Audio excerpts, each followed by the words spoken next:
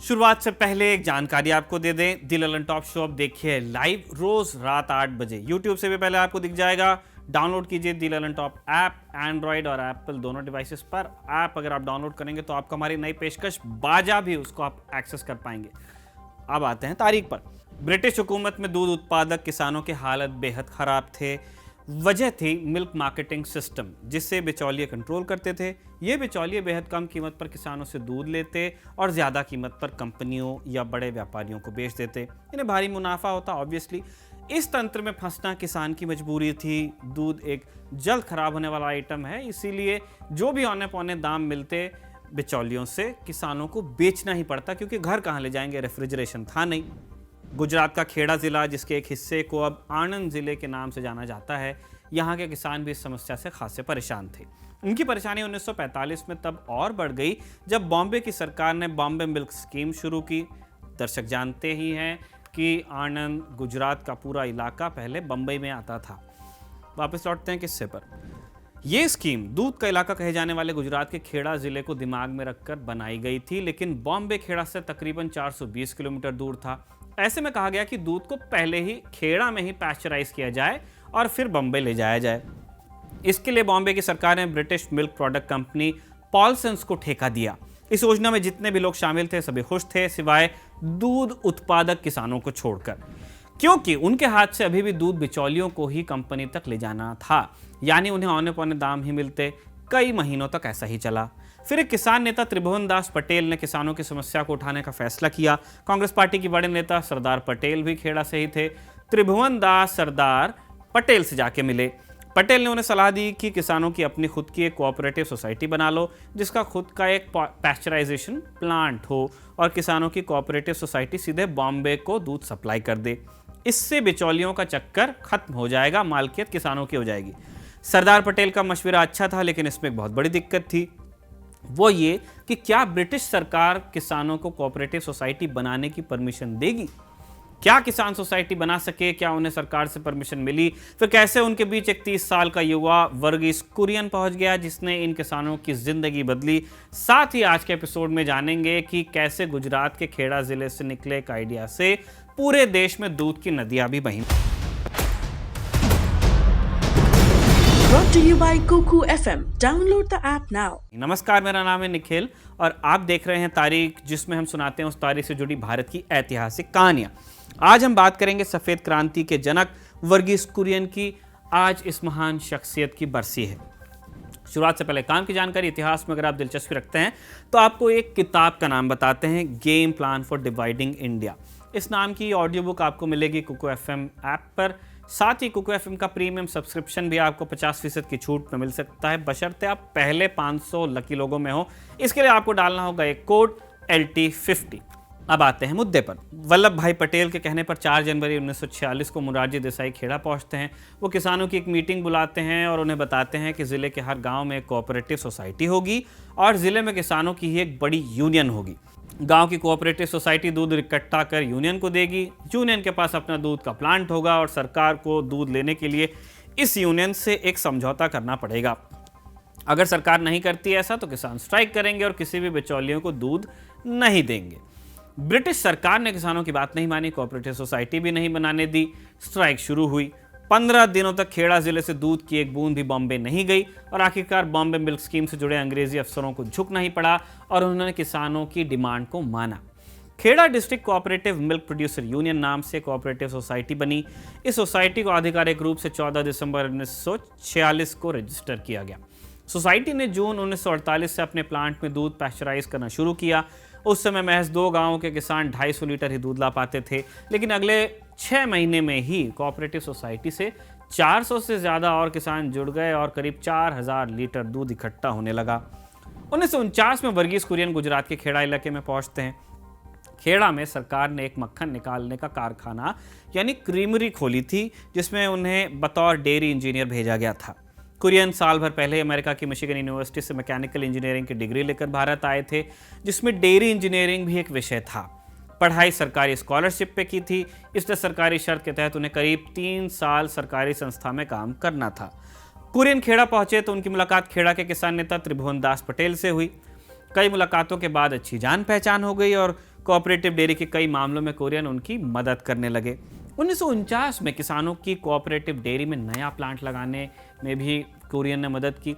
हालांकि कुरियन को खेड़ा में मन नहीं लग रहा था और उन्होंने सरकार से कई बार उन्हें किसी शहर में पोस्टिंग देने की भी गुजारिश की, ऐसा बताते हैं। 1949 के अंत तक सरकार ने उनकी मांग मान ली और वो खेड़ा से जाने की तैयारी करने लगे। ये बात जब त्रिभुवन दास पटेल को पता लगी तो वो किसानों के साथ तुरंत वर्गीस कुरियन के पास पहुंचे। उन्होंने कहा, आपके बिना कोऑपरेटिव सोसाइटी डेयरी नहीं चला पाएगी। किसान कम पढ़े लिखे हैं, उन्हें एक पढ़े लिखे मैनेजर की गाइड की जरूरत है जो आप ही दे पाएंगे। वर्गीस कुरियन ने काफी विचार विमर्श के बाद Kheda district cooperative milk producer union के साथ जुड़ने का फैसला कर लिया। 1 जनवरी 1950 को उन्होंने इसे बतौर मैनेजर ज्वाइन भी किया। मैनेजर के रूप में वर्गीस कुरियन के सामने सबसे बड़ी चुनौती दूध उत्पादक किसानों की बढ़ती संख्या थी। इतना ज्यादा दूध खेड़ा की कोऑपरेटिव डेयरी के पास आने लगा था जिसे बॉम्बे मिल्क स्कीम कंपनी खपा नहीं पा रही थी। सर्दियों में समस्या और बढ़ जाती, तब भैंसें तकरीबन 2 गुना दूध देने लगती। उल्टा भी कह सकते हैं कि जितना सर्दी में देती है उससे आधा गर्मी में देती है। कुरियन ने इसे लेकर अमेरिका में अपने साथ पढ़ने वाले डेयरी इंजीनियर HM दलाया से मदद मांगी। उनसे भैंस के दूध को खपाने का तरीका पूछा। उस समय तक यूरोप और न्यूजीलैंड में अधिक दूध होने पर उसे खपाने के लिए मिल्क पाउडर बना लिया जाता था। यूरोप और न्यूजीलैंड वालों का कहना था कि केवल गाय के दूध का ही पाउडर और कंडेंस मिल्क बन सकता है, लेकिन HM दलाया ने भैंस के दूध से स्किम्ड दूध पाउडर और कंडेंस्ड मिल्क बनाकर दुनिया को चौंका दिया। अब कोऑपरेटिव डेयरी दूध का पाउडर और कंडेंस्ड मिल्क बनाकर बेचने लगी, यानी सारा दूध अब खपने लगा। कोऑपरेटिव डेयरी के अब 3 स्तंभ थे, वर्गीस कुरियन, HM दलाया और त्रिभुवन दास पटेल। डेयरी लगातार विस्तार कर रही थी। अब मक्खन और क्रीम से लेकर पनीर तक बनने लगा। 1955 में जब कोऑपरेटिव डेयरी का ब्रांड नेम रखने की बारी आई तो डॉक्टर कुरियन ने इसका नाम अमूल रखा। इसका पूरा नाम था आनंद मिल्क यूनाइटेड लिमिटेड। बड़ा पॉपुलर ब्रांड बन गया जो अब। इसके बाद खेड़ा में अमूल की मॉडर्न डेयरी स्थापित की गई, जिसने मार्केट के सभी बड़े प्लेयर्स को पीछे छोड़ दिया। अभी भी मार्केट लीडर्स में से है। 1956 में अमूल रोजाना 1 लाख लीटर दूध प्रोसेस करने लगा। गुजरात के सूरत, बड़ौदा, महसाणा, बनासकांठा और साबरकांठा जिलों में भी खेड़ा की तरह ही कोऑपरेटिव डेयरीज बनी। इन सबकी शीर्ष संस्था बनी गुजरात सहकारी दुग्ध विपणन संघ यानी GCMMF। अब गुजरात से बड़ी मात्रा में अमूल के उत्पाद अन्य राज्यों को भी जाने लगे। जब दूध बढ़ने लगा तो वर्गीस कुरियन ने जानवरों के चारे और आहार के लिए खेड़ा में ही एक प्लांट लगाने की घोषणा की।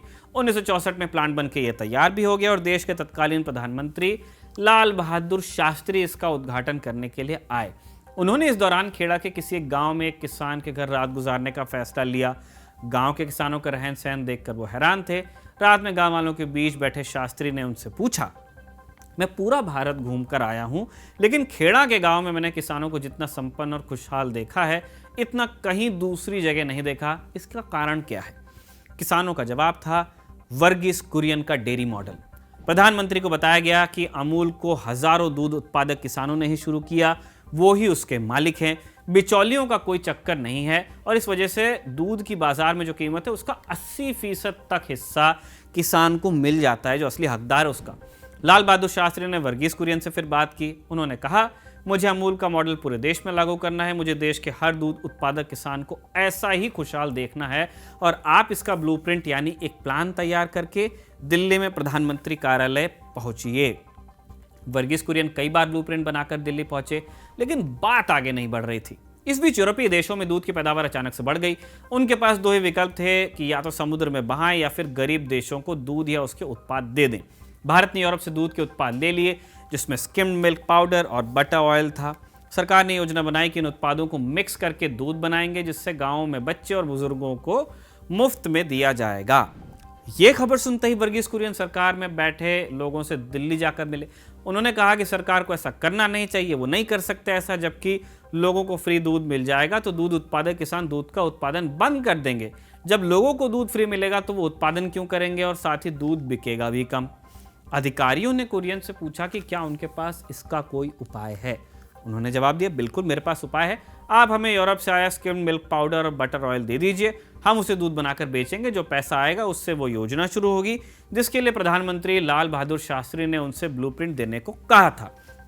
यानी अमूल मॉडल पूरे देश में लागू होगा। सरकार में बैठे नेता और अधिकारी ये सुनते ही खुश हो गए, क्योंकि अब बिना पैसे दिए प्रधानमंत्री का सपना साकार होते नजर आने लगा। प्रधानमंत्री शास्त्री ने अमूल मॉडल को दूसरी जगहों पर फैलाने के लिए राष्ट्रीय दूध विकास बोर्ड एनडीडीबी का गठन किया और कुरियन को बोर्ड का अध्यक्ष भी बनाया। एनडीडीबी ने 1970 में ऑपरेशन फ्लड की शुरुआत की, यानी दुग्ध क्रांति अब शुरू होने वाली थी। ऑपरेशन फ्लड को 3 फेजेस में लागू किया गया। पहले फेज में वर्गीस कुरियन ने देश भर में करीब 13 डेयरी प्लांट्स बनाए और 1 पशु आहार प्लांट। ऑपरेशन फ्लड का दूसरा फेज 1980 से शुरू हुआ और 1990 तक चला। दूसरे फेज में पैसा कम पड़ा तो वर्गीस कुरियन को वर्ल्ड बैंक से मदद मिल गई। इस दौरान उन्होंने देश भर में करीब 170 डेयरी प्लांट्स और 32 पशु आहार प्लांट लगाए। फिर आया ऑपरेशन फ्लड का तीसरा और अंतिम फेज, ये 1990 से शुरू हुआ। इस दौरान उन्होंने प्लांट्स यानी डेयरी कोऑपरेटिव सोसाइटी की पहचान की, जो सही से काम नहीं कर पा रहे थे। अलग से फंड लगाकर इनकी स्थिति को बेहतर किया। इस दौरान देश के कई इलाकों में लोगों तक दूध की पहुंच आसान बनाने के लिए दूध की वेंडिंग मशीन्स लगाई गई। दुकानों पर दूध के बड़े बड़े कंटेनर लगवाए गए। अब हर आदमी को दूध मिल रहा था और हर उत्पादक अच्छी कीमत पर आसानी से अपना दूध बेच भी पा रहा था, ज्यादातर लोग। 1997 में ऑपरेशन फ्लड पूरा हो गया। ऑपरेशन फ्लड के दौरान ही भारत दूध की कमी वाले मुल्कों की लिस्ट से निकलकर दूध के बड़े उत्पादकों में शुमार हुआ।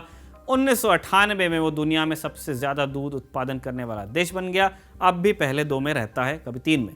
इसके बाद दुनिया ने वर्गीस कुरियन को सफेद क्रांति का जनक मान लिया। उन्हें कई बड़े सम्मान मिले। रूस, लैटिन अमेरिका और अफ्रीका सहित कई देशों की सरकारों ने वर्गीस कुरियन को अपने यहाँ आने की दावत दी, उनसे डेयरी क्षेत्र में मदद मांगी। चीन पहला ऐसा देश बना जिसने वर्गीस कुरियन के मॉडल को कॉपी किया। चीन ने अपने 3 अधिकारियों को गुजरात भेजा, जिन्होंने अमूल की डेयरी पर जाकर कई दिनों तक रिसर्च की। चीन की सरकार की गुजारिश पर वर्गीस कुरियन ने अपने 2 इंजीनियर्स को चीन भी भेजा।